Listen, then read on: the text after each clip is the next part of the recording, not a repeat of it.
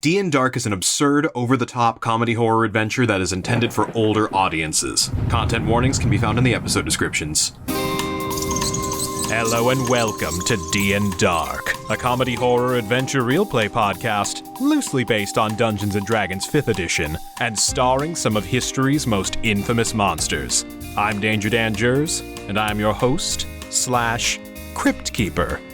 I'll do the recap this session since everyone is still separated on their solo adventures. So, last episode, I pranked everyone by making them spend a session as the General Mills breakfast cereal monsters in a Honey, I Shrunk the Kids fiasco, but now they are properly back in the Ethereal plane and still need to find their way back together again. So, with that, let's get back to the spooky ghost dimension. Mary.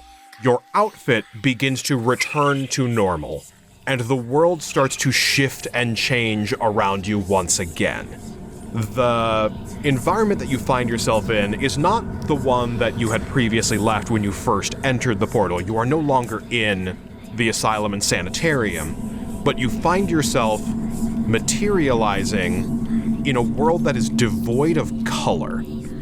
Everything seems to have been drained out, and you feel a lingering sense around you, some ghostly ethereal whispers, and a sense of dread. And this time, you can be certain you are now in the ethereal plane.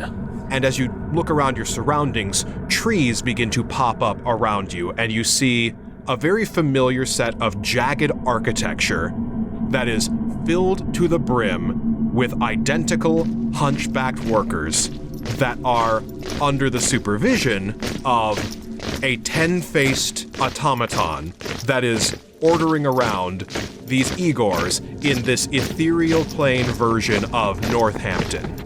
Some Igors begin to run right up to where your body is and pass directly through you. The Igors are gathering supplies and working on a large building attachment over the main church, and the Decadrone is standing above them, giving orders. Please work with all due haste for the glory and the knowledge that we seek as we extend our reach towards the heavens. And the Igors are scrambling around with a whole bunch of pillars and metal materials as they seem to be working on the base of some sort of antenna that they are attaching to the church building. Oh, how I have missed working like this. It is so great to have a new master that we are under the thrall of. Oh, I can only imagine the scientific achievements that we will make. And as everyone is running to and fro, you feel a presence right behind you, and a ghostly hand taps you on the shoulder. I spin around, try to reach for my longsword. Oh, there is no need for such savagery. I am the ghost of an Igor. I simply am observing what my brethren can do that I cannot. So, what brings you to the ethereal plane? I wave my hands like, you can see me? I should hope so. Although you do not seem to be a ghost like I am. No, I walked through two really weird portals to get here.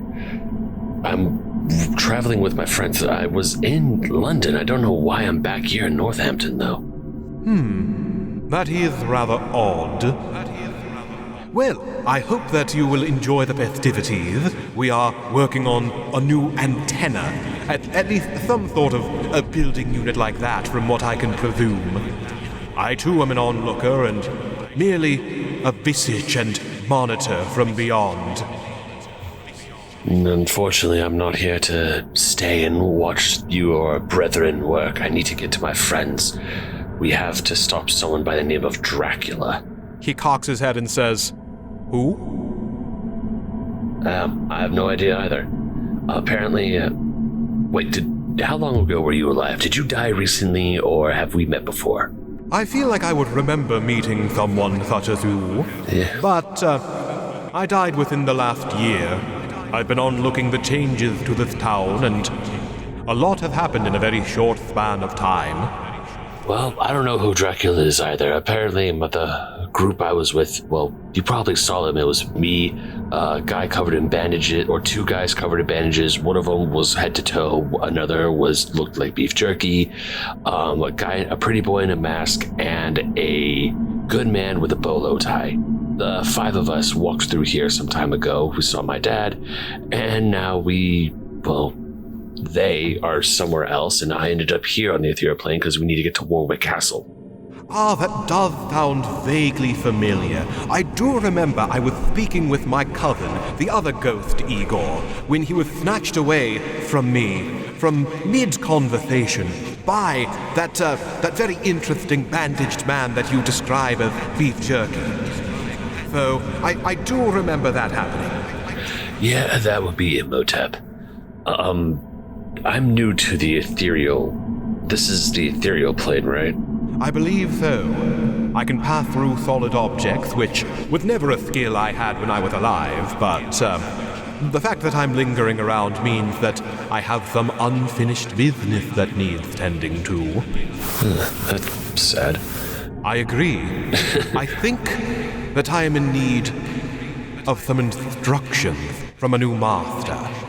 Do you have anything that I can assist you with? As a matter of fact, I think I do. Do you know the way to London from here?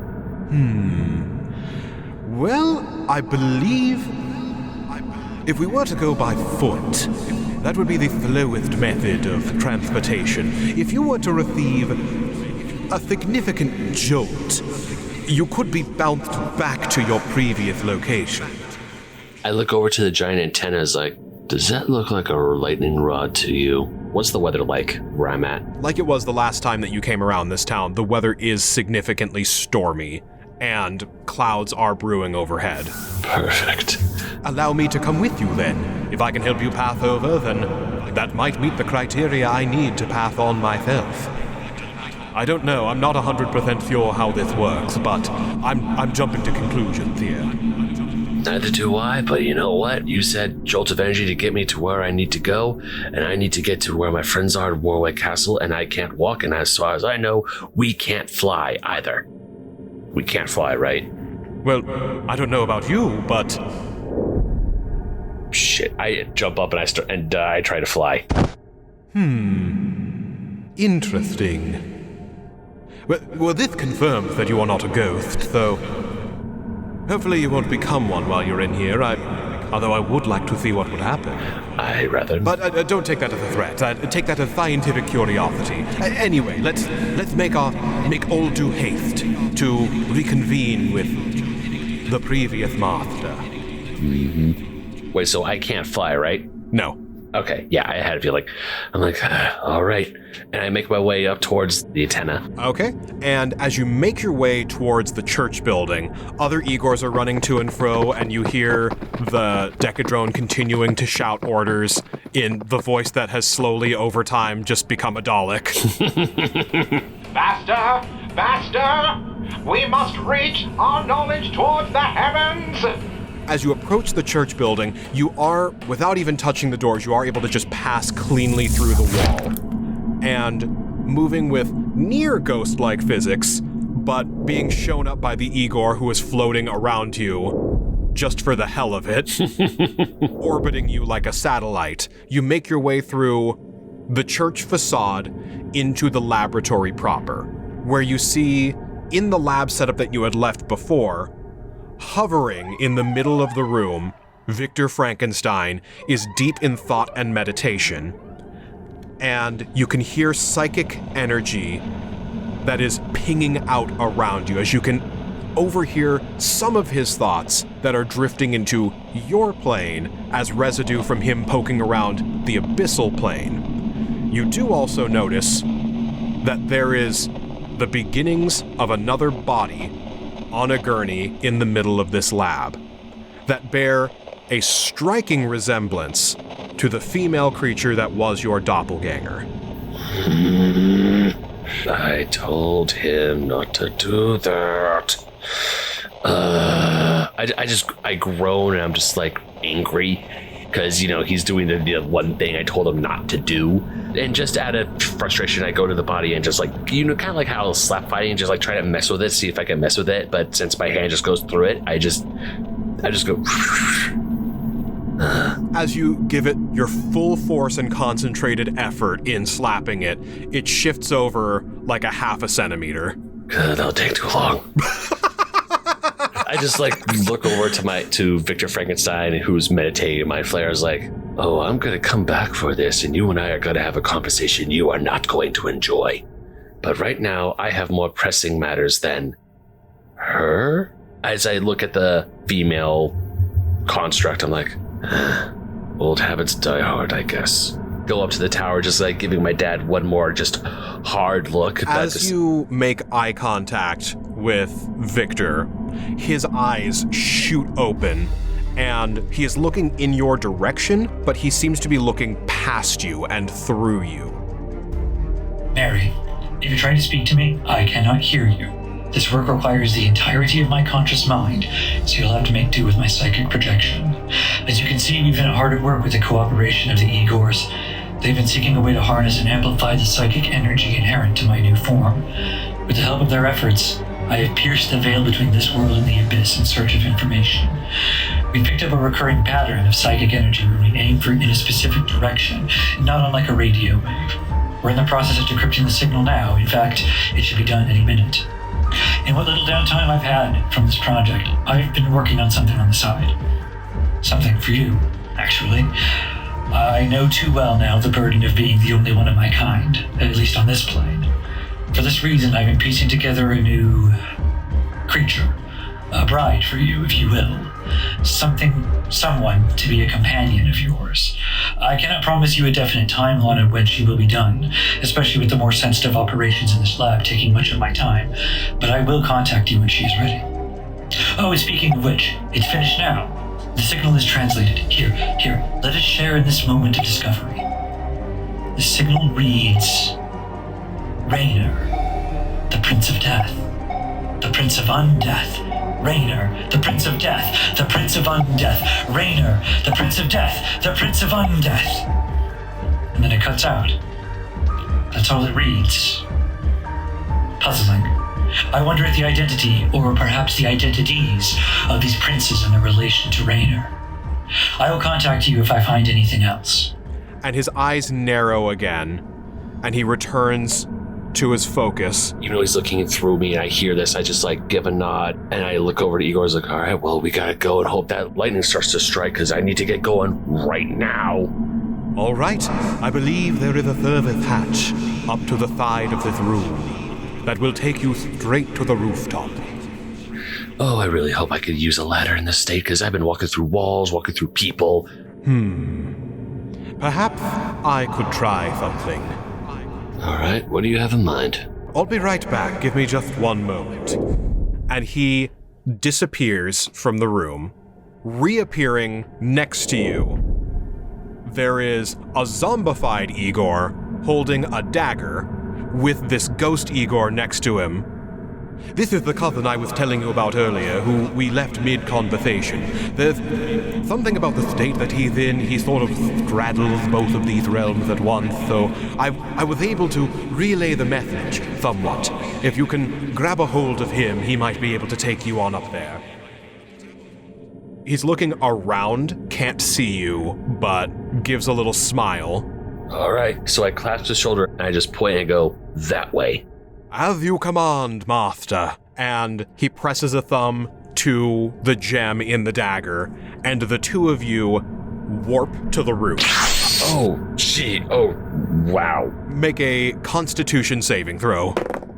3 + 6, so it's a 9. With a 9, you're a bit nauseous and a bit dizzy from the ordeal, but it's not low enough that you'll take any damage. All right, that's good. You don't throw up, and you are able to hold your focus as you are now at the base of this antenna that is in the early stages of its construction, but still reaches up higher than any other point in the town. Oh, that must be what Dimension Door feels like. Don't know if I like it. And the zombie Igor, looking around him and still not making eye contact with you and not fully being able to perceive you, says, "Wherever you are, you're welcome." And then he walks to the edge of the roof, and he jumps off.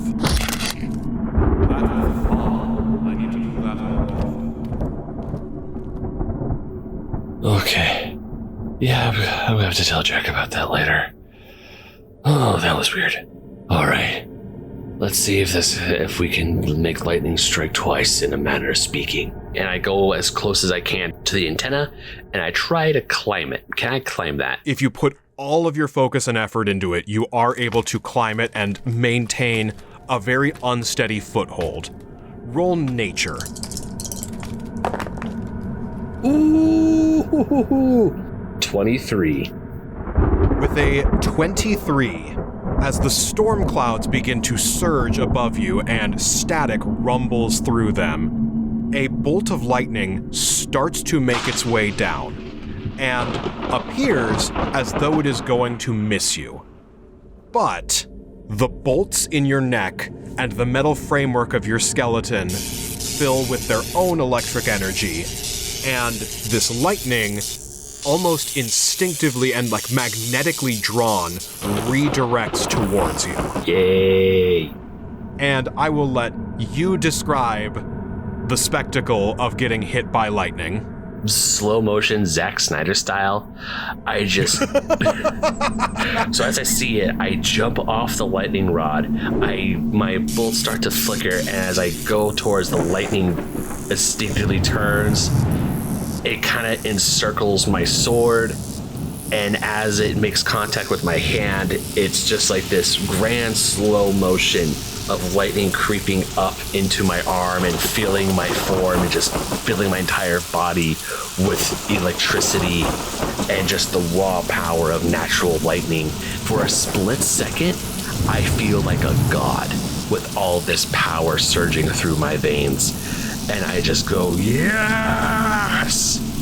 So as that lightning strikes you and you feel the invigorating power of the gods flowing through you, you are knocked backwards forcefully and hard as you start to go flying, your body recoiling from the force of that strike, and you slam into a wall that you recognize as the walls of the solitary confinement unit at the Wyrd Sanitarium.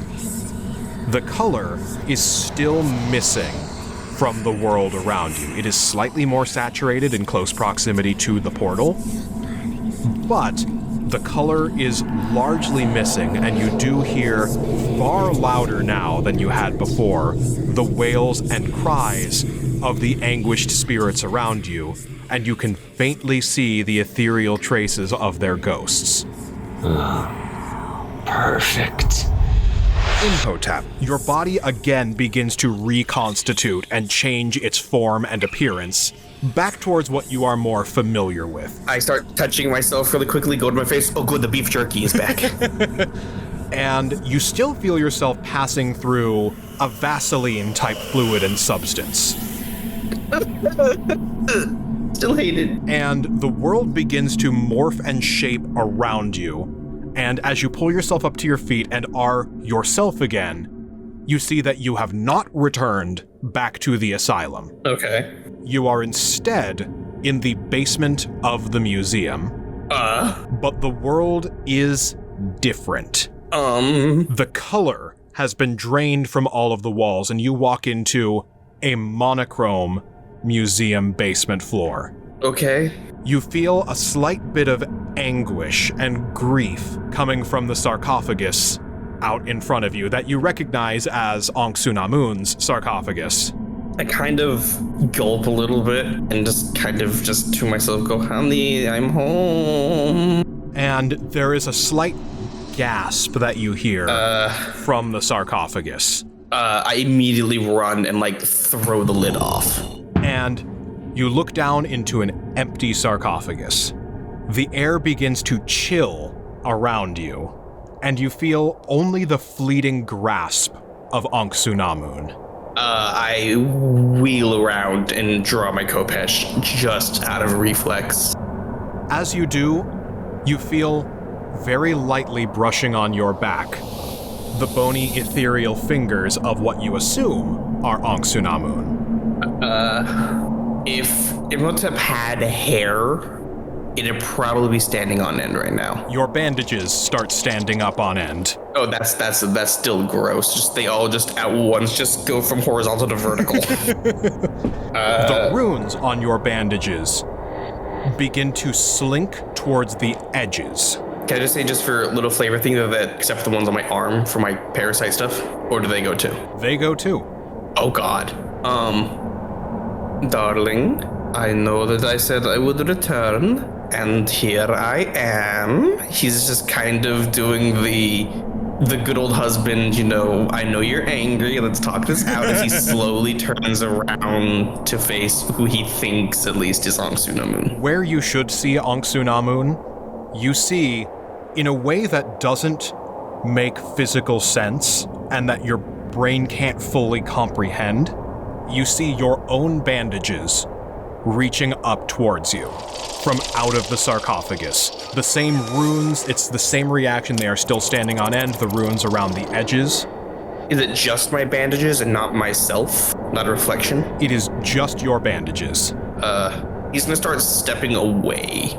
And the runes levitate off the edges of the bandage, melting down off of you up through this separate spectral form of your own bandages, and begin to circle around you. They begin to fly and tornado and whirlpool around you faster and faster, throwing themselves onto walls, glowing, shifting, and changing.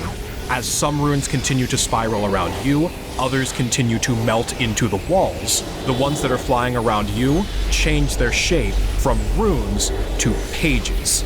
Oh boy. And pages of the Necronomicon fly around you, paper all of the walls, meld together with your runes, light up, change their shape and their composition. In between each of these runes and each of these pages, you see a very faint, vague silhouette that you can't ever fully grasp, that is just at the edges of your vision, blinking in and out of existence in between each page fluttering by. And as the pages all slam and collide to the wall, you don't see anything, but you feel that presence. And you hear a voice faintly emerging from your Eidolon poster. You hear it say to you, "The void blinked at you, and you are aware of the crawling chaos. When you know about him, you begin to look for him." And the pages shift and change their composition along the wall. "And when you look for him, you begin to find him everywhere." And the poster flies up out of your person.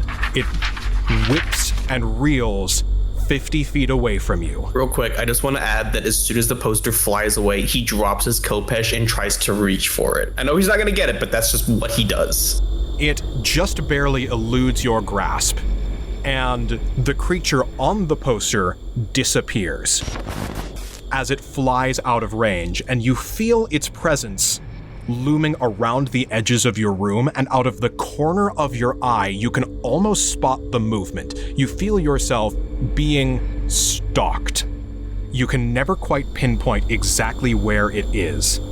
And as you are trying to find where this creature is, you notice that the pages that have papered the wall have arranged themselves into a repeating pattern that you can now recognize as a 4-panel comic strip. God damn it. I gotta commend you for taking such a stupid idea and making it into something actually kind of intense. I'm legitimately looking at my spells. I'm like, well, what can I do to counteract this eldritch horror that's happening that I know for a fact is just a fat cat that hates Mondays and wants lasagna? Imhotep has been like holding his head, trying to use most of his willpower to just ignore what's happening because he knows it's going to drive him mad. But then as soon as he sees the pattern, he's just like, what? And now he's drawn in to the madness as he's trying to decipher, why is it a comic strip? How do I know what a comic strip is? They were not invented 4,000 years ago. I do not think they existed in the 1800s. Why do I know what this is? Roll Arcana. That is an unnatural 20, Dan. I am on a roll today. With an unnatural 20, you feel it would be like the tip of your tongue, but for your brain. At the very edges of your brain, you have the faintest recollection of a memory you don't have, as the shape and the being of this creature starts to take hold, and if you really concentrate, you feel like you can say its name out loud. Oh. As he feels this, his hands have dropped to his sides, and he whispers in just a rasp of his voice, "He who hates the coming of the weak, the devourer of the layers, the great orange one, Jarl." The words garble themselves in your mouth, and the syllables take physical form. It comes out of your mouth and writhes and changes in front of you, disappears for a moment, and then from behind you, you feel brushing up against your ankles a cat. I slowly look down towards the cat. It is the form of the cat that you and Anksunamun had in life, and it says to you, You are beginning to understand. make an intelligence saving throw. Oh god. That's a 19. With a 19, you are able to steel yourself, and you feel a flash of forbidden knowledge and insight as your mind opens up to information that should be beyond your comprehension.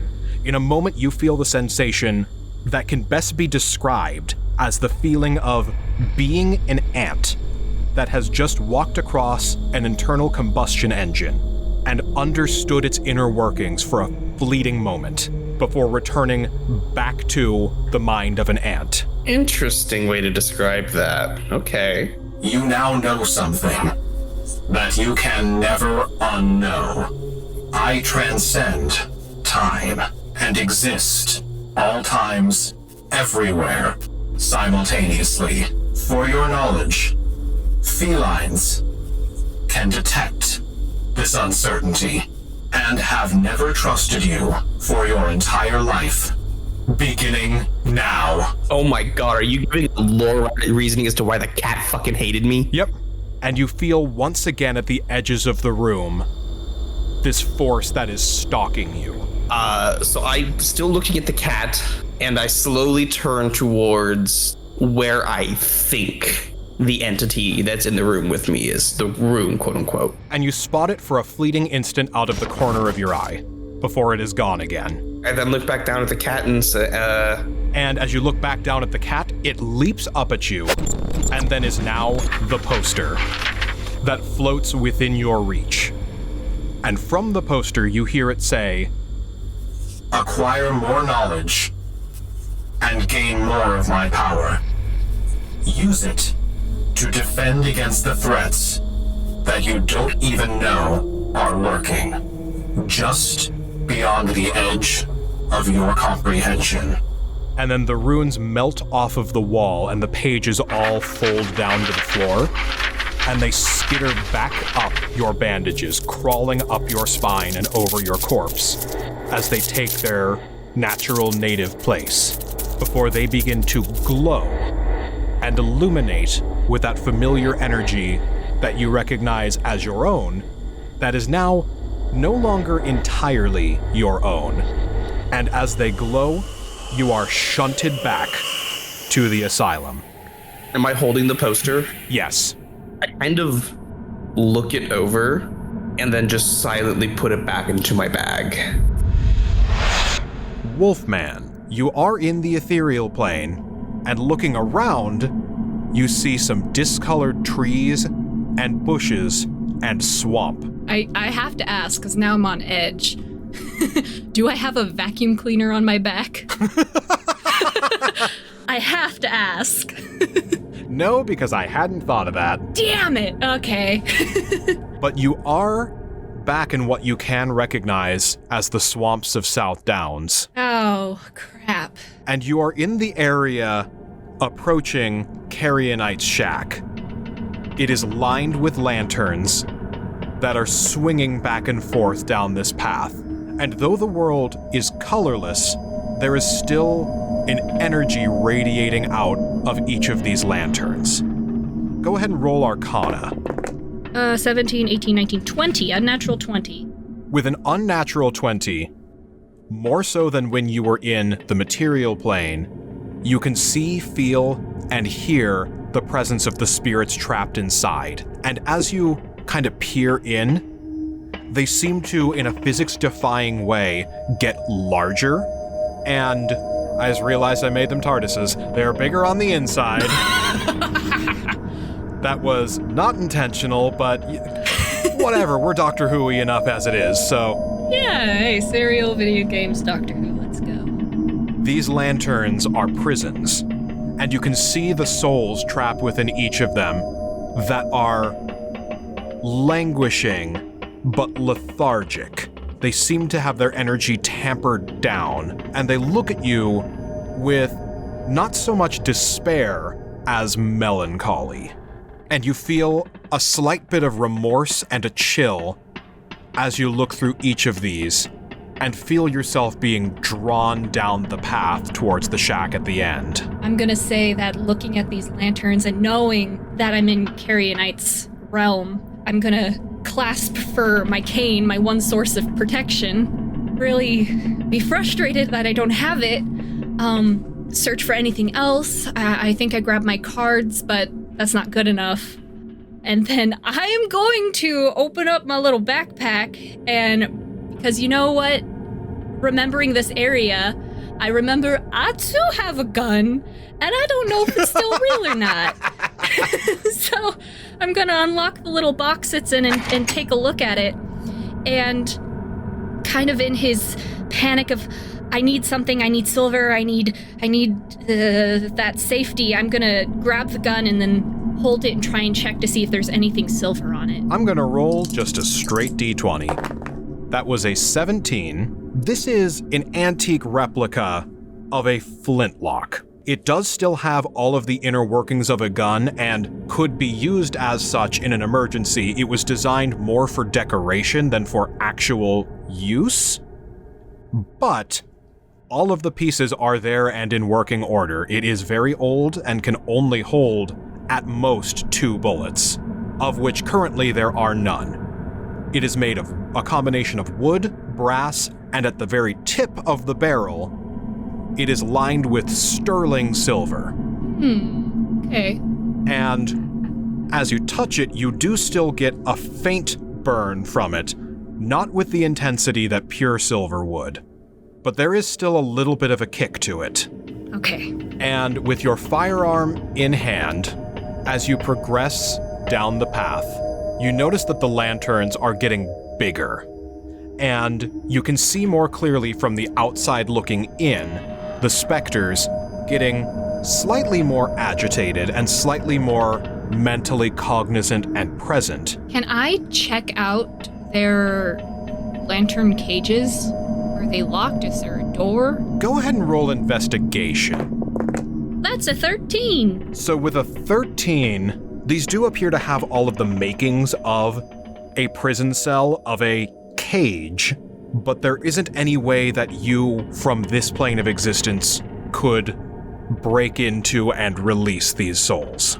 Okay. And as you start to approach where the cottage is, and these lanterns, these soul cages, are getting bigger and bigger, you hear a slightly lethargic and repressed, but familiar cackle coming from the largest of these beside the cottage.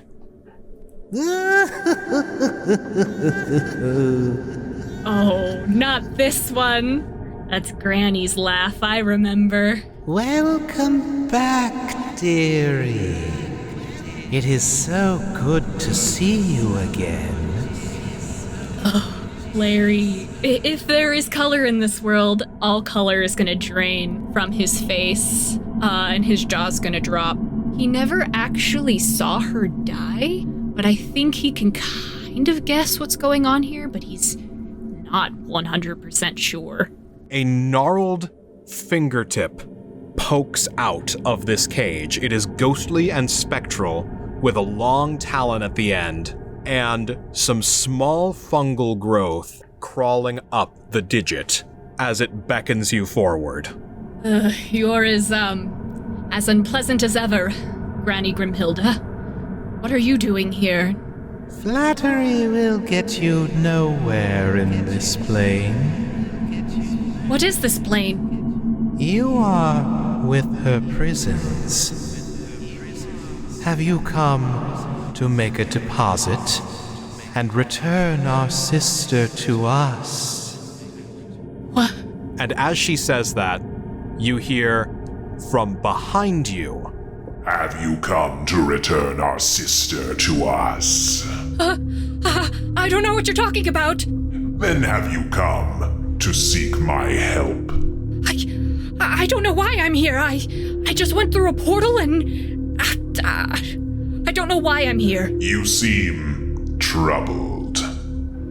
I can take that soul off your hands, and then your werewolf problem will not plague you any longer.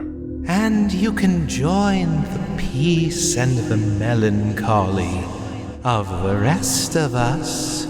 Wait. What do you mean? What are you talking about?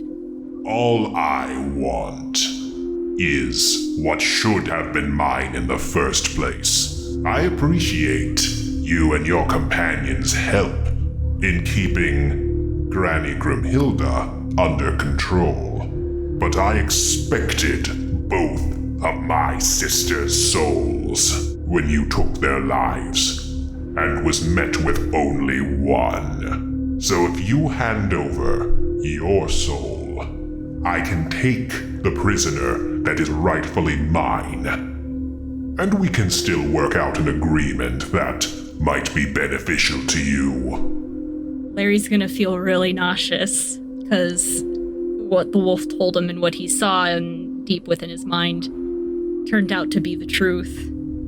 That he did eat Sister Sycorax. And once he's trying to kind of connect the dots and recollect himself, he's gonna just say, I don't think I want anything to do with any of your dealings. It didn't work out so well for me the last time. Who's to say it won't work out better this time? And with her ethereal, bony, fleshy, human hand reaching out towards you, she conjures up... Stay back!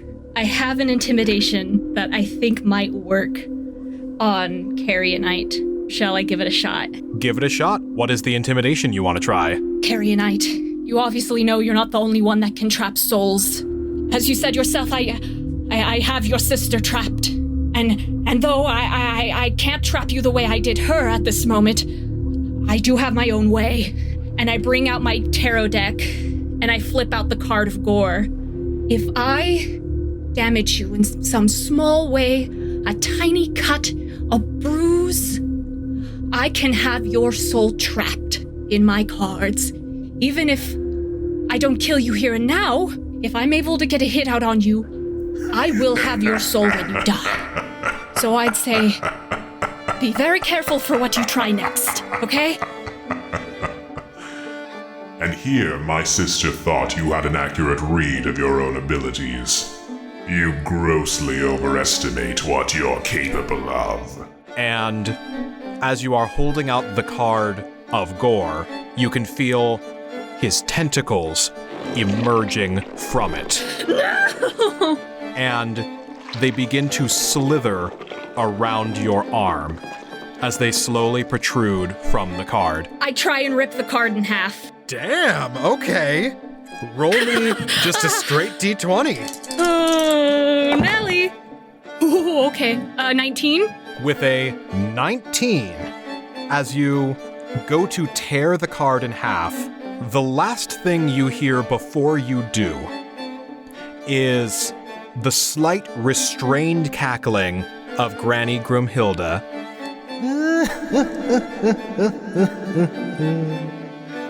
And the menacing growl of Carrionite.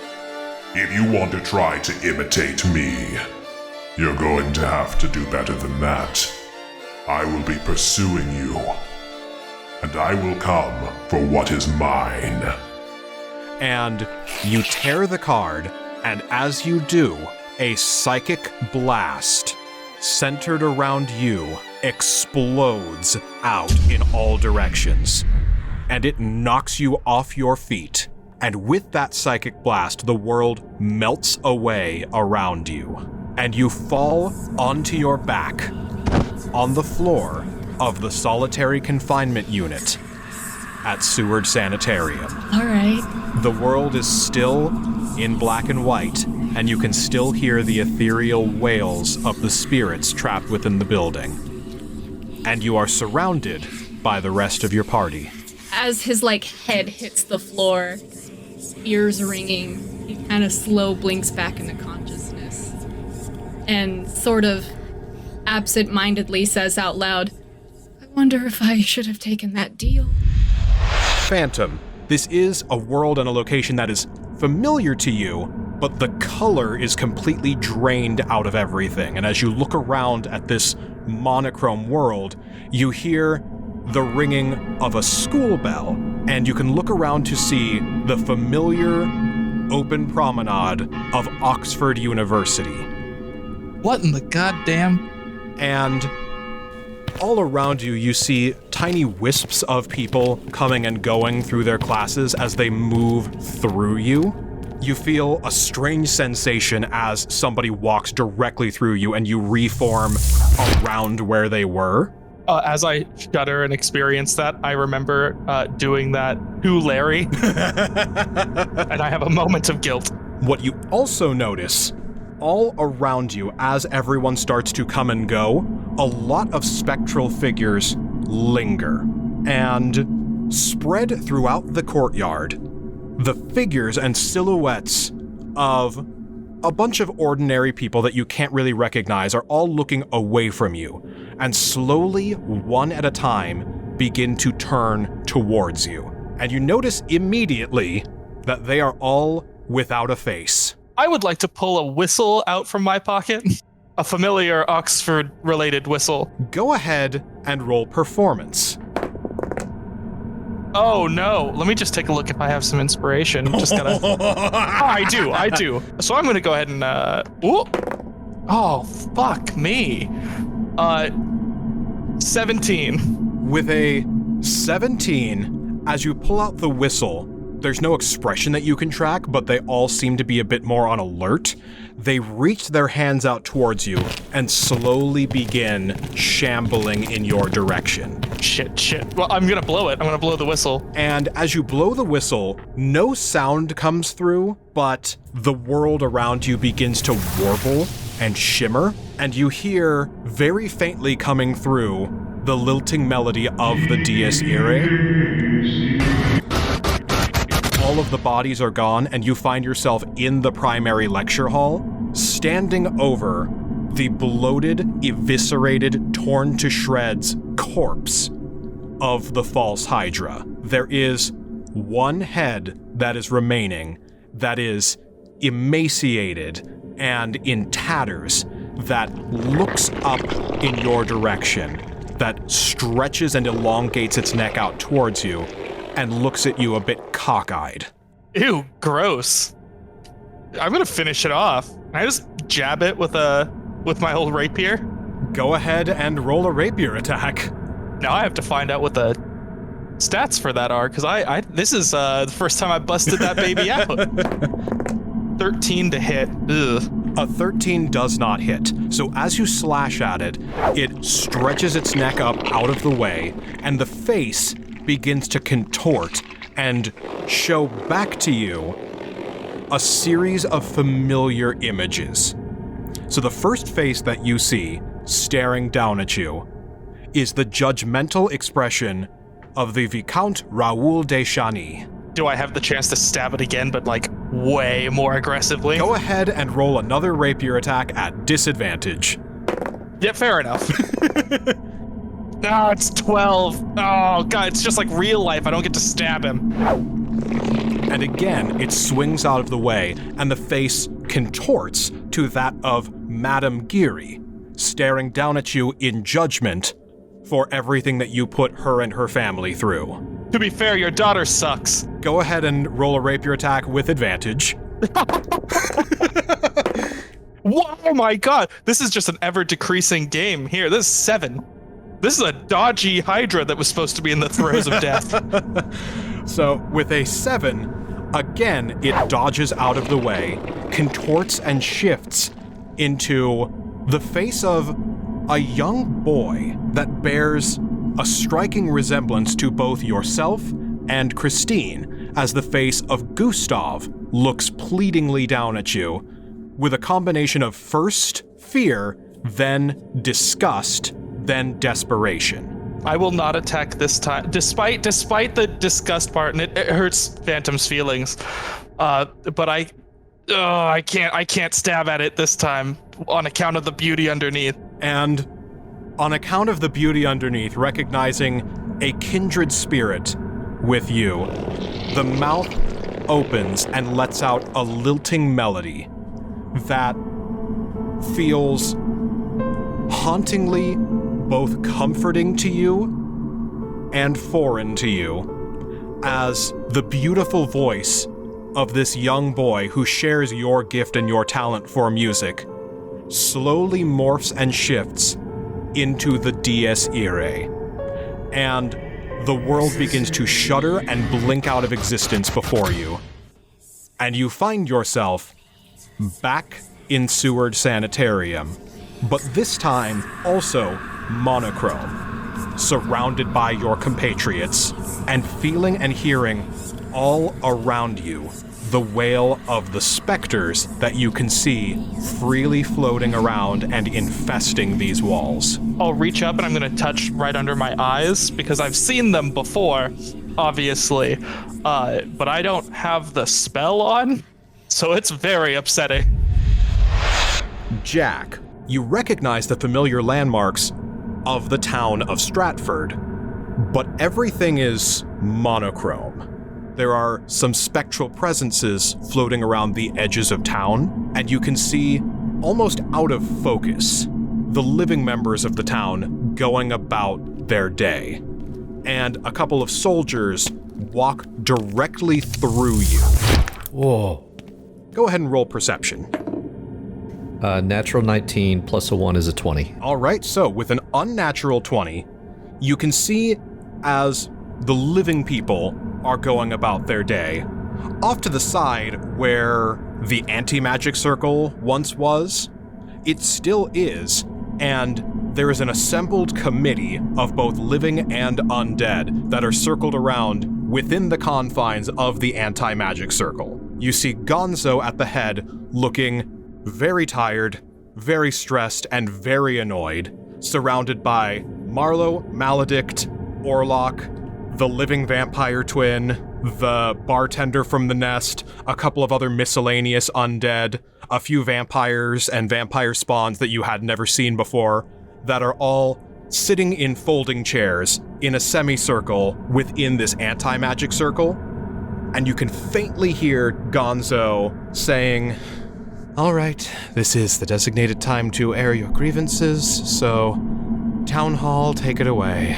I demand my chance to speak on behalf of my fellow undead citizens. Everyone lets out a collective groan. All right, what is it this time, Orlok? Well, if we are making radical changes to the way this town and this society functions, I do have my primary complaint that I want to make known. We need a new mailbox. I don't follow. Well, you see, the mailbox at the edge of town, the back of it is broken off. And basically anyone can come and go and steal the mail as is. I haven't received a letter in 10 years. The mailbox has only been there for 1 year. I know, that's how bad the problem is. And by the way, we need to do something about the hours in the local community recreation center. It closes early on Thursdays, and Thursdays are my late night days. Can we please do something to adjust that? Orlok, this isn't what this is supposed to be about. And all of that begins to fade into the distance as you hear, far off towards the backside of town, coming from the nest,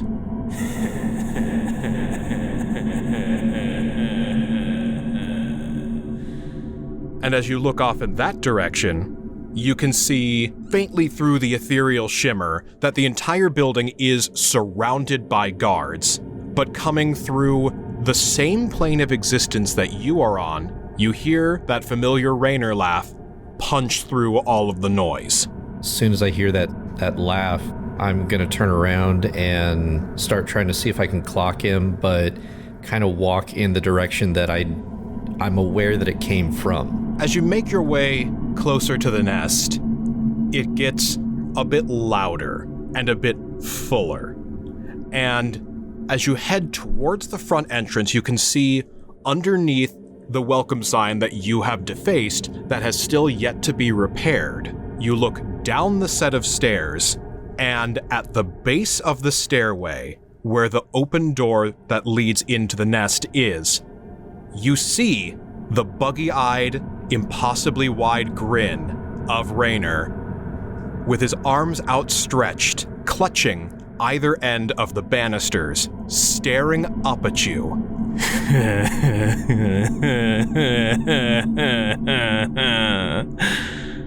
Mr. Griffon, I'm glad that you could finally make it. Please, come in. Well, I don't exactly need an invitation. But yes, you said you wanted to talk. Let's do it.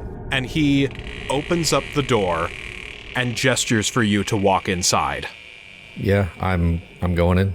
And as you walk into the nest, you can see even through the ethereal plane, within the material plane, it is completely empty and abandoned. I'm going to say you decide where to go first and he will follow. In that case, I'm going to go to the upstairs area where I had a conversation with Marlowe that first time. Okay. So the first thing that Rainer says as he stares down at you with his unnervingly wide eyes. What I would like to know, before we begin our business, why did you invite me in?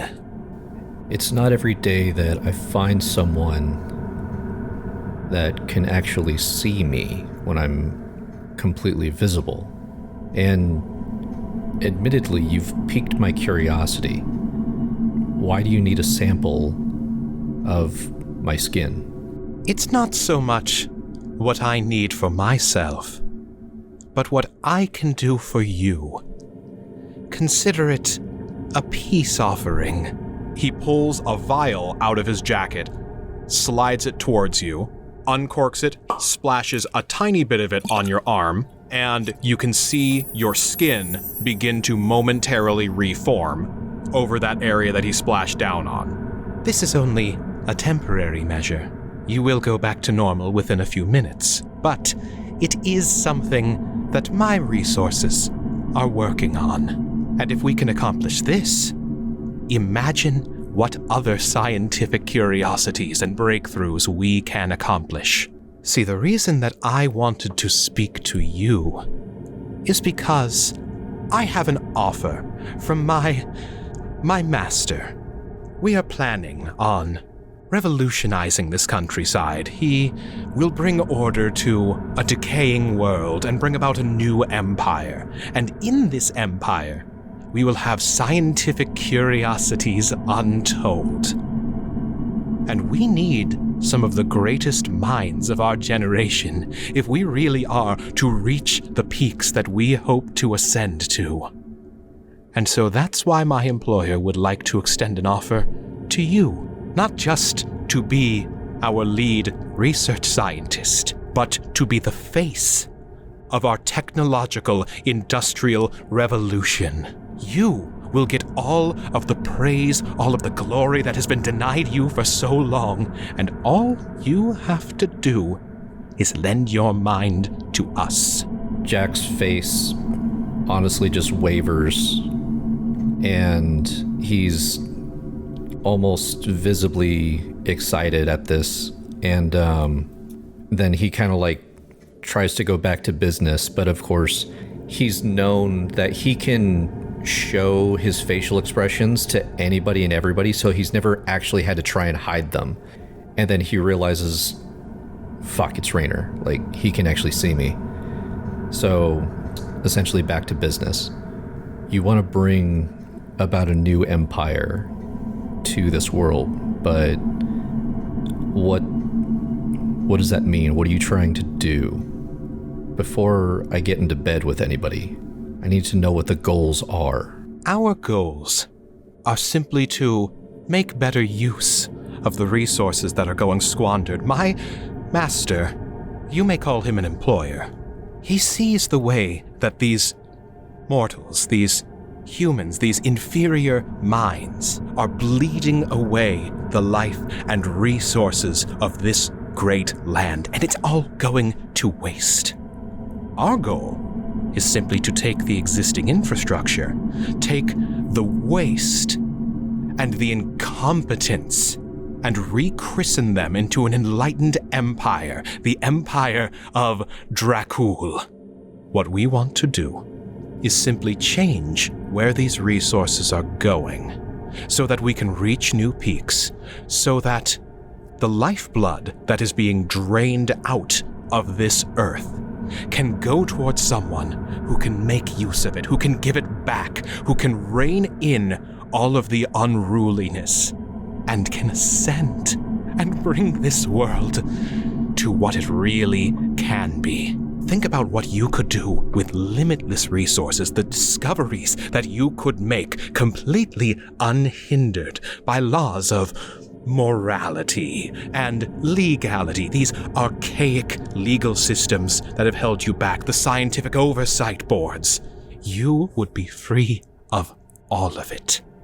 And he is one who knows the ways of the arcane. With magic and science working in tandem, there is no limit to what you could discover, to what you could comprehend. And you will sit by his side, like I will sit by his side. And you will be known and praised as one of the bringers of glory in the shadow of the mighty Emperor. Isn't that kind of praise what you've always wanted? How do you know that's what I've always wanted? You're not as cryptic as you think. The Invisible Man. You've taken yourself out of the limelight in order to operate in the shadows, in order to revel in the power of being able to go unseen. What else could you possibly desire than to be seen and acknowledged for your brilliance? The invisibility, this power that I do have, it's a near invincibility that I do have. But unfortunately, there are tricky people out there that render my power almost useless. Now, I have a question. Is there a reason why you have not said your master's name? It is simply a show of reverence. And it's an employer to me, so I'm free to say his name however and whenever. If you're being so persnickety, then say it. Dracula. The room kind of wobbles a little bit as you say the name. And he says, I see you've made it past the perception filter. Then we can drop the pretenses. Yes, my master is Count Vladimir Tepesh, the one you know as Dracula. And the stories you've heard are all true. He is as terrifying, as glorious, as magnificent as he sounds. And you can either stand in his way, or you can stand by his side. the rewards will flow freely to you if your mind is put to his uses. But the punishments will be tantamount and severe. You will be no better than all of the lambs that are being led to the slaughter. Those who are bleeding its lifeblood dry shall become the lifeblood of the Empire of Dracul. And you can stand above them, or you can drown in their corpses. The choice is yours. Everything that you offer me, it is what I want. But, as I said, I need to know who it is that I get into bed with. And I need to know what happens to these people I've come across. And I've got one more person in mind that I've been doing all of this for. But first tell me what happens with them. What happens with Larry? What happens with Mary? What happens with Imhotep, Phantom, and Carmilla? Well, that depends entirely on them. They, too, can be ushered into this age of greatness if they choose not to stand in the way of the Master. He has great strides. It is better not to be in the path of his mighty footsteps. If they scatter out of the way like the insects they are, then they can survive. And if they find a way to adapt, prove themselves useful, join our glorious vision, then not only can they survive, but they can thrive. But ultimately it depends on their disposition. They are less amenable than one with a mind such as yours. Flora, what about her? Again, that depends on you. Anyone has the choice to be the victim or the oppressor, and you can make sure that she is not oppressed if you yourself are not a victim. Think about everything that you and your compatriots have been through. We all have been tossed to the sides of society. We all have been under the heel of the living, of the incompetent masses for so long. I'm no different than you. I, too, am an outcast. A misfit, you might say. The only difference is that I have a purpose, and I have a seat at the table when justice is finally served. How is it that you've amassed all this power, and yet you're still underneath him? I want you to think very, very hard about what you've just said. Because that is less an indictment of me than it is a praise of him. You are already seeing the bigger picture. All of this power that I have amassed is nothing but a pale imitation of his glory. And if you're frightened of me, which you very well should be, then you should be terrified of him. And as he looks into your eyes with that manic stare, a shimmer passes over his eyes. I need you to make a wisdom saving throw. Shit. 100% I failed that because that's a 5. With a 5, as you look into his eyes and see that shimmer pass over them, you get thrown back in your seat and your brain reels. You think back to your times in your own sanitarium. You think of every single encounter that defined you and made you who you were. Who would you say was the most influential mentor figure in the Invisible Man's life? It's actually Flora's dad. Wrong. It's Raynor. And as you picture the mental image of Flora's dad, the face is overtaken with those buggy eyes and that impossibly wide grin. Who were the scientists that you created your invisibility serum with in your laboratory? I'm guessing now I see Raynor. Yes. Each and every person that you have worked with in the creation of your invisibility serum, the people who persecuted you, the people who helped you, the people who were in your way, the people who were tangentially there, one at a time, all of their faces become overtaken. Their voices are overwritten with that laugh that echoes through your head. I'm immediately going to pull my dagger and stab my leg. Interesting. as I'm doing that, I'm telling him to get out of my head. I don't know if this is sneak attack because it was honestly spur of the moment thing. If you want to sneak attack yourself, you can. I'm not going to force you to. I mean, I will... Yeah, I guess that's fair. Okay. I wasn't planning this. Oh my god. And as you stab the dagger into your leg, the last face that flashes before you is the face of Flora. Except it isn't. It's the face of Raynor. You see, as you stab your leg, you get jolted momentarily. You will take damage from that. We'll get to that in a second. But your brain reels and you focus on the here and now. And you focus on the people around you. You focus on the journey you've been on so far. And you see your party members. You see Phantom pulling the blade out of Abraham Van Helsing's heart, causing his death. And you no longer see Phantom, you see Raynor. You see Mary fighting his way through the black pudding, pulling the cursed sword from the swamp, driving you deeper and deeper into danger. And as he looks back at you with a manic grin delighting from combat, he becomes Raynor. You see Imhotep reaching for the scroll in the museum. It's not Imhotep, it's Raynor. You see Larry transforming into a vicious monster that nearly destroyed all of your party, and that monster is Raynor. And you settle yourself down, you focus, open your eyes, and you see standing above you, staring down at you, laughing, Raynor.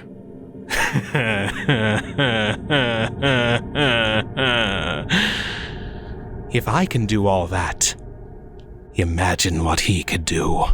It was sneak attack, and I did 20 points of damage to myself, and I'm sitting at like 7. Oh, damn. I'm on the floor because I did way more damage than I was expecting to. I'm gonna look up at him. I don't know where that power is coming from, and I know you're going to tell me it was your master, but that fucking laugh is so goddamn annoying. You called all of us insects.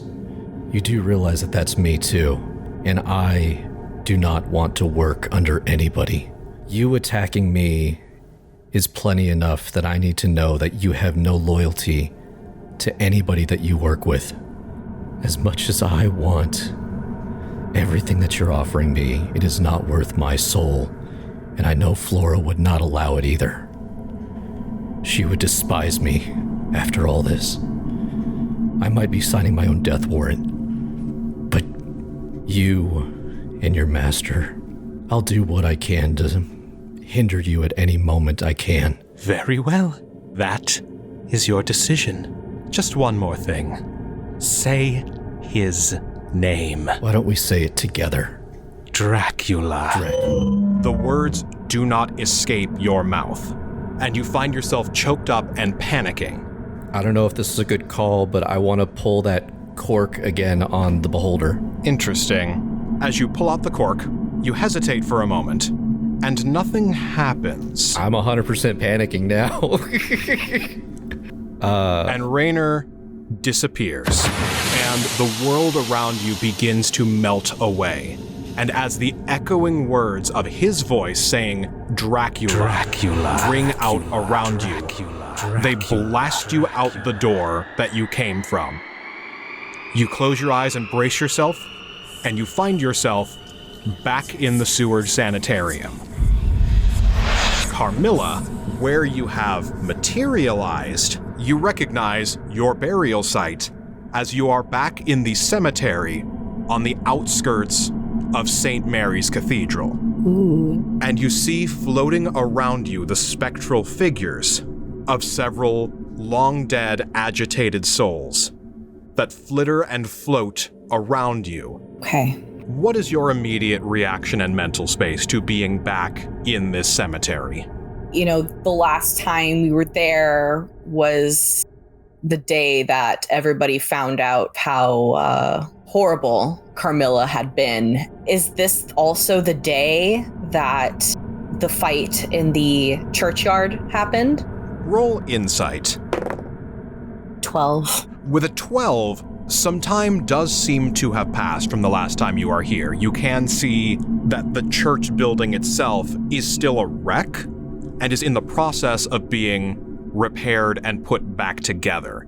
You can see, moving around through this cemetery, a small handful of clergymen who are assembling and gathering some materials and working on repairing this church building. One of them walks right through you, and it is a very strange out-of-body experience. And as this priest walks through where you are standing and kind of phases right through you, the soul of Van Helsing passes with him momentarily before snapping back into your form. Ooh. Make a Constitution saving throw. Oh, God. Ooh. Oh, man, that's an 8. With an 8, you are magnetically drawn towards the church building and being led by the anguished spirit of Abraham Van Helsing within you. It again takes another step outside of your body and form, and as though you are tethered and connected by a series of ethereal invisible strings, you are pulled along in his wake as he shambles closer and closer to the church building proper, past the other clergy. You can faintly hear the echoed whispers of these clergymen strategizing their disorganized attempts to try and pull together all that remains of the Blood Hunters in order to try and make an organized front on Warwick Castle. It's a little sad how few resources they have remaining. Most of them were decimated on the night that you were brought back to life by Raynor's forces, and the few that remain are lost and leaderless. Things haven't been the same since the death of Abraham Van Helsing. We have no heirs of the Baron Vordenberg left to lead us, and even the Lady Amelia de Gonzola has long since abandoned our ranks. We're all that's left. And there is maybe 4 that are here. Oh, man. That's really messed up.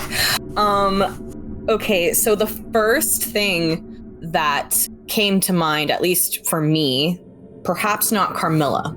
I would think it's probably in that weird sort of disassociative, I am present, but not really, where I assume the ethereal plane kind of feels a lot like the constant feeling of waking up from a dream.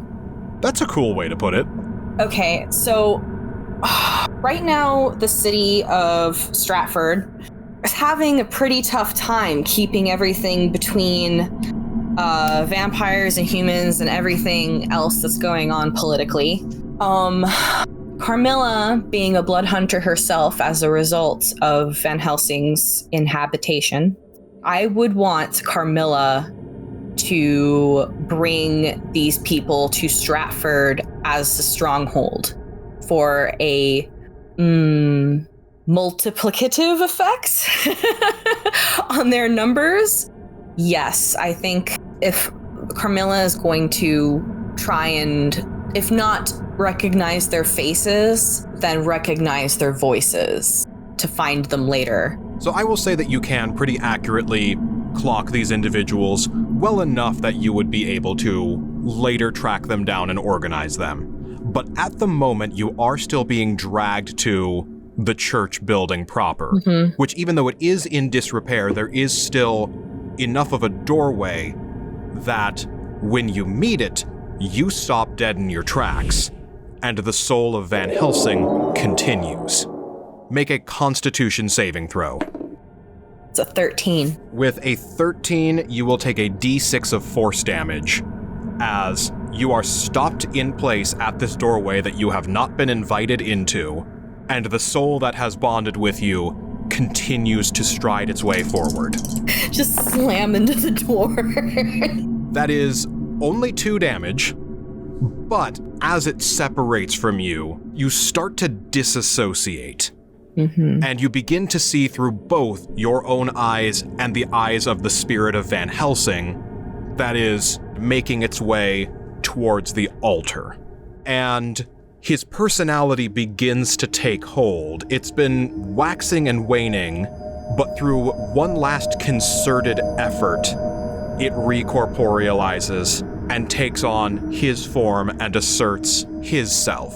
As he makes his way to the altar, there is a memorial marker behind it, dedicated to the soul of his ancestor, the founder of the church, and the spiritual founder of the Blood Hunters and the Order of the Ghost Slayer, the Saint Maria Van Helsing. And a chill runs down your spine as you very slowly start to see her familiar form begin to appear from out of the marker, and the hairs on the back of your neck stand up on end as you feel a familiar looming presence both before Abraham and behind yourself, as some ghostly footsteps make their way towards you, and you feel a gauntleted ghostly hand clamp down on your shoulder.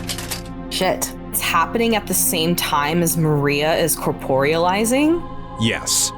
At the same time, you recognize the presence of the Baron Vordenberg clamping down on your shoulder. Oh, right, because this is the ether. Oh man. I am so dead.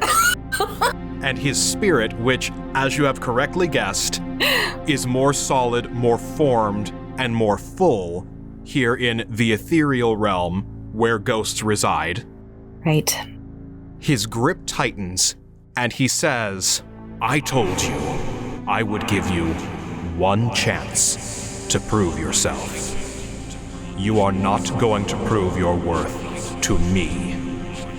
If it were my choice, I would kill you here and now. This is your chance to prove you're worthy of redemption. You do not have to convince me, because you never will.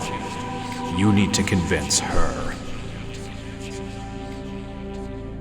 And the spirit of Maria Van Helsing fully appears before the soul of Abraham Van Helsing.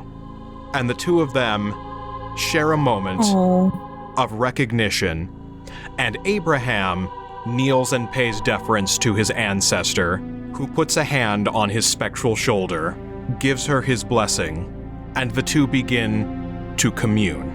Your perception through his eyes starts to fade as you begin solidifying more in your own self once again. You do hear, before he vanishes, why did you sacrifice your soul for the one who killed me? It was some combination of optimism, naivety, desperation, and hubris. My soul was dead and gone anyway, and I knew there was no chance of me getting out of that cemetery alive. So I thought that if I could put it to good use, if I could redeem one such as her, then anybody could be redeemed.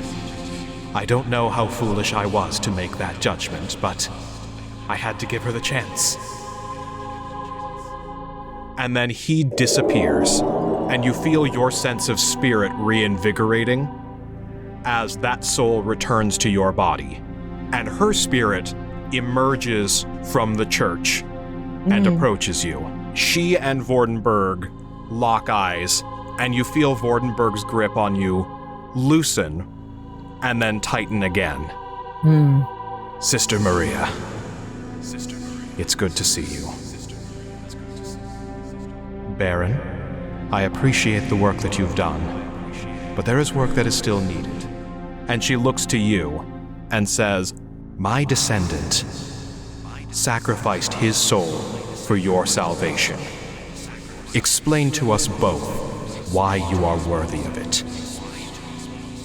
What have you done with it since you've had it?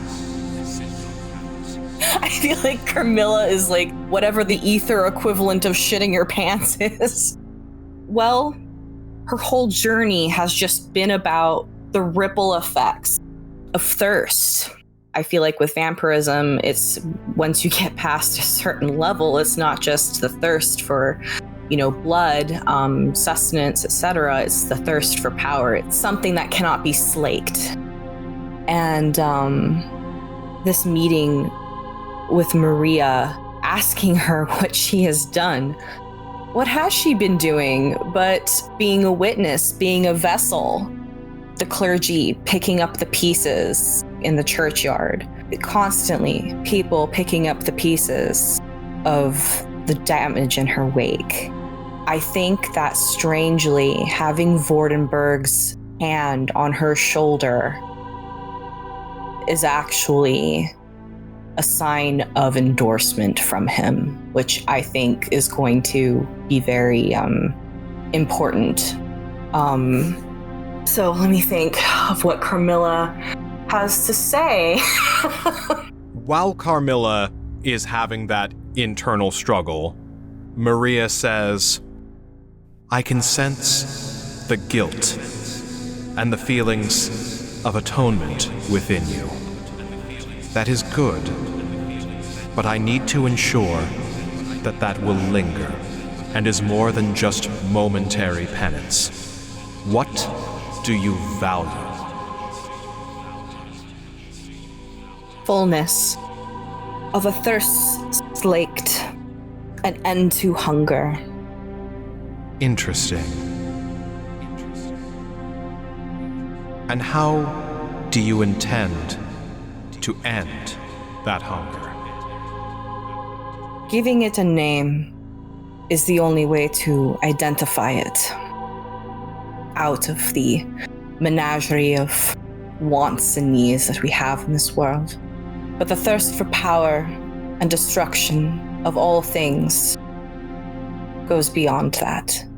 And one must start with a single step. I would like to extend what little power I have now in exchange for all of the powers that I misused in my past. Being deliberate about... I mean, really, the word I'm looking for here is reparations, As you say that, you feel yourself interrupted by the feeling of the javelin of lightning pressing up against your back over where your heart is. You would renounce your vampiric heritage and set to atone for all the wrongs you've done. Am I correct in assuming that this is more than empty words? If it is not, you know the penalty. Yeah.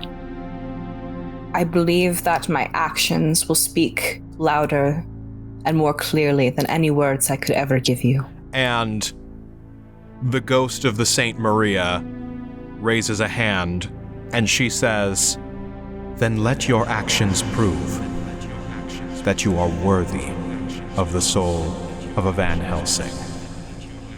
The Baron here has sworn an oath, and will be keeping an eye on you if you stray or falter from that path for even a moment.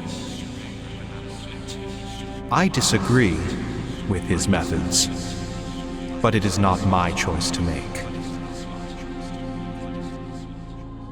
And a momentary pulse of shame, followed by conviction, tightens in Vordenberg behind you, and that hand lets go of your shoulder, takes a few steps back, and he says, I've sworn an oath that the Karnstein legacy will not continue, so long as you follow that same oath.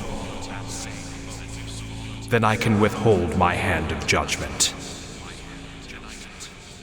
Well, this is not exactly what I was excited about, coming out to the mortal enemy of my past self, but there will not be a lineage, I can assure you. I'm talking about other vampires. Vampire spawns, the death incarnate. It's a metaphor. What are we even doing here? We're wasting our time. And he slams the javelin of lightning onto the ground, and a pulse of lightning shoots outwards. And as the electricity hits you, you feel yourself flicker out of existence, vanishing from this plane, and recorporealize back in the asylum. You are still in the solitary confinement unit where you once were in the Seward Sanitarium. The color is still gone from the world. It is slightly more saturated in close proximity to the portal, but everything is still in gray tones. And you can hear the wailing anguish of the spirits trapped within that asylum. And as you look around, the rest of the party is there too. We are the outcasts, the misfits you might say. We deal with the nightmares that you run away from every single day. We know the world is a gruesome little place, but us outsiders, we've developed quite a taste for the grisly and morbid, the ghastly and the horrid. We know it's awful, dreadful, but we like it. Just another haunted night, shrouded with unearthly fright. So when you're oh so terrified, you know who to call. The world is falling apart, we'll never take it to heart. Some monsters and creatures and spirits and specters and all, let's all have a ball.